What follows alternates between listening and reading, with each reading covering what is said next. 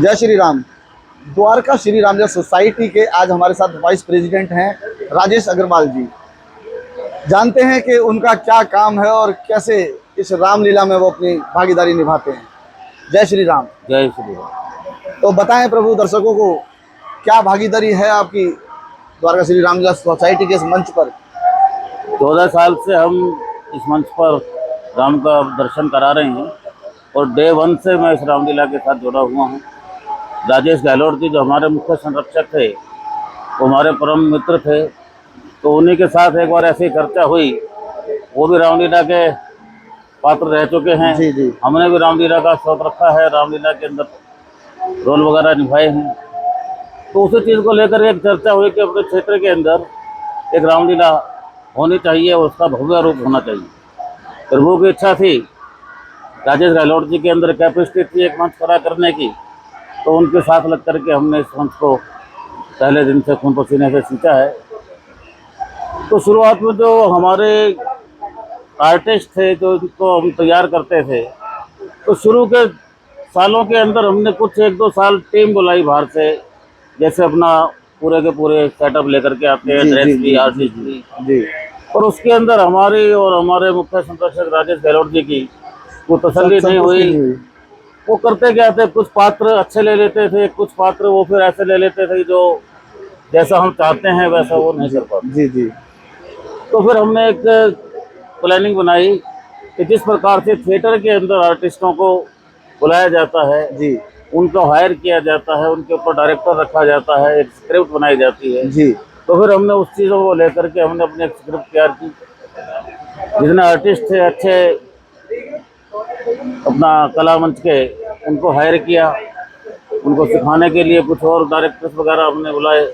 तो उसके बाद हमने एक टीम को जो तैयार किया, तो उसके बाद फिर हमारी सेटिस्फेक्शन हुई कि हर आर्टिस्ट हमारे पसंद का अच्छे से अपनी भूमिका निभाने वाला सभी हमारे बीच आए। तो इन सब आर्टिस्टों के साथ आज हमें ये संतुष्टि है कि जो हमारा ऑल इंडिया के अंदर नंबर 1 पर रामलीला चल रही है, तो उसमें आर्टिस्ट भी निश्चित रूप से नंबर 1 के ही हमारे रोल प्ले करते हैं और सारी अच्छा, यहाँ पर जो ये इतना सारा जो सामान होता है, कॉस्ट्यूम होता है, ये जो कपड़े होते हैं, तो ये सारी साज सजावट क्या आपने एक बार में खरीदी हुई है या इसे कैसे रेंट पर लाते हैं? नहीं, रेंट पर नहीं है, ये सारे हमने अपनी बनाई हैं, अपनी खरीदी। अच्छा, ये परमानेंट आपका होगा? परमानेंट सारे अपना ड्रेसेस, सारे अपना धनुष बाण जितने भी सब। जब आप तैयारियां करवाते हैं, इन कलाकारों को बुलाते हैं, तो कितने समय पहले से आप रामलीला की तैयारी करते हैं? ये हम ऑडिशन तकरीबन 3 महीने 4 महीने पहले से ही इनकी प्लानिंग शुरू कर देते हैं। ग्राउंड वगैरह बुक करना है, साउंड बुक करना है, सभी हमें पहले से ही करने पड़ते हैं। कैसी चुनौतियों का सामना करना पड़ता है? चुनौतियाँ तो बहुत सारी आती हैं जब इस काम को करते हैं हम। कुछ आर्टिस्टों को साथ एट ए टाइम मजबूरियाँ आ जाती हैं, किसी को घरेलू समस्या आ गई, किसी के साथ कोई शारीरिक दिक्कत आ गई, तो उस वक्त हमें एकदम से किसी दूसरे आर्टिस्ट को उतारना पड़ता है, उसे सिखाना पड़ता है। क्या वो पहले से आप उसमें कोई एक आधा एक्स्ट्रा आर्टिस्ट लेकर चलते हैं कैसे? नहीं, हमारे पास काफ़ी आर्टिस्ट ऑलराउंडर हैं, ये नहीं कि हम कहीं भी खड़ा करते हैं तो उस भूमिका को निभा लें। अब ये जो 14वीं रामलीला है, क्योंकि अब 13 रामलीला तो देखो स्वर्गीय श्री राजेश गहलोत जी के छत्र छाया में हुई है। बिल्कुल।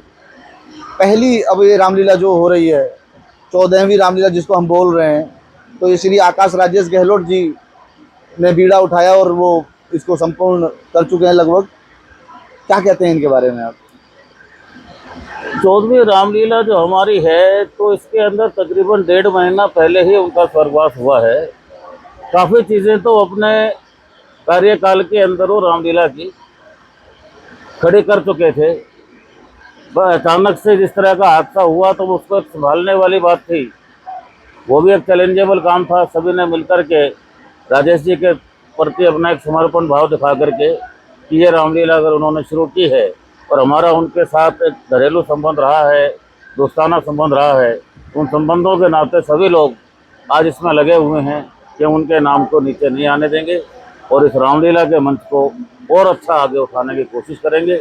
और उसमें वही मान सम्मान हमने उनके पुत्र आकाश गहलोत जी को दिया है कि आप अपने आप को राजेश गहलोत मान करके इस रामलीला के अंदर रहें और हम आपके साथ पूरा सहयोग आपका करेंगे। इस रामलीला को ऑपरेशन सिंदूर की थीम दी गई है। इसके द्वार भी चारों ऑपरेशन सिंदूर के उस सिस्टम से बनाए गए हैं। ब्रह्मोस द्वार, तेजस द्वार, रुद्रम द्वार, आकाश द्वार, क्या कहते हैं इस पर? ये राजेश गहलोत जी की सोच थी कि इस बार की रामलीला हमें अपने वीर सैनिकों को समर्पित करनी है। जिस प्रकार से वीरता का प्रदर्शन हुआ है, जिस प्रकार हमारे सैनिकों ने पाकिस्तान को धूल चटाई है, तो इस बार की रामलीला हम ऑपरेशन सिंदूर को समर्पित करते हुए उनको एक मान सम्मान दें। उनके अपना जो राफेल हैं, बाकी चीज़ें हैं, और जो गेट हमारे हैं, हमारे द्वार भी उसी हिसाब से हमने ब्रह्मोस, रुद्रम, तेजस, आकाश उसी नाम पे रखे हैं। और पहले भी हम जितना भी सेटअप देखते हैं बाहर 51 फुट हमारा ऊंचाई रहती है इसकी, तो इसको हम पहले भी अलग अलग मंदिरों के हिसाब से यहाँ पर दर्शाते रहे हैं। हिंदुस्तान के सारे अपना मंदिरों को, कभी सोमनाथ टेम्पल को हम लेकर के चलते थे, कभी राम मंदिर को लेकर के चलते थे, कभी मीनाक्षी टेम्पल को लेकर चले हैं। तो इस तरीके से हम बद्रीनाथ, केदारनाथ सभी के दर्शन हमने उस पर कराए। और जब से हमें राम मंदिर मिला है, तो उसके बाद फिर भगवान राम की लीला है, राम का मंदिर हमारा बन के तैयार हो गया, तो उस चीज़ को हमने फिर अब राम के मंदिर को देकर के। तो आपको बता दें कि ये द्वारका रामलीला सोसाइटी की मंच एक बहुत बड़ी मंच है, आपको बता दें, क्योंकि यहाँ 2019 और 2023 में माननीय प्रधानमंत्री जी भी आ चुके हैं। साथ ही आपको बता दें कि भारत ही नहीं, विश्व स्तर की ये रामलीला है। यहाँ सब कुछ अद्भुत होता आया है शुरू से ही। आपको बता दें कि पहले रावण, कुंभकर्ण, मेघनाथ के साथ साथ कभी चाइना का पुतला हो, कभी कोरोना का पुतला हो, कभी आतंकवाद का पुतला हो, तो यहाँ यूनिक सारी चीज़ें होती ही आई हैं और नए नए चीज़ें आपको दिखाते रहते हैं। कैमरा पर्सन राजेंद्र सिंह यादव के साथ ओमपाल प्रसाद, GNN न्यूज़, दिल्ली।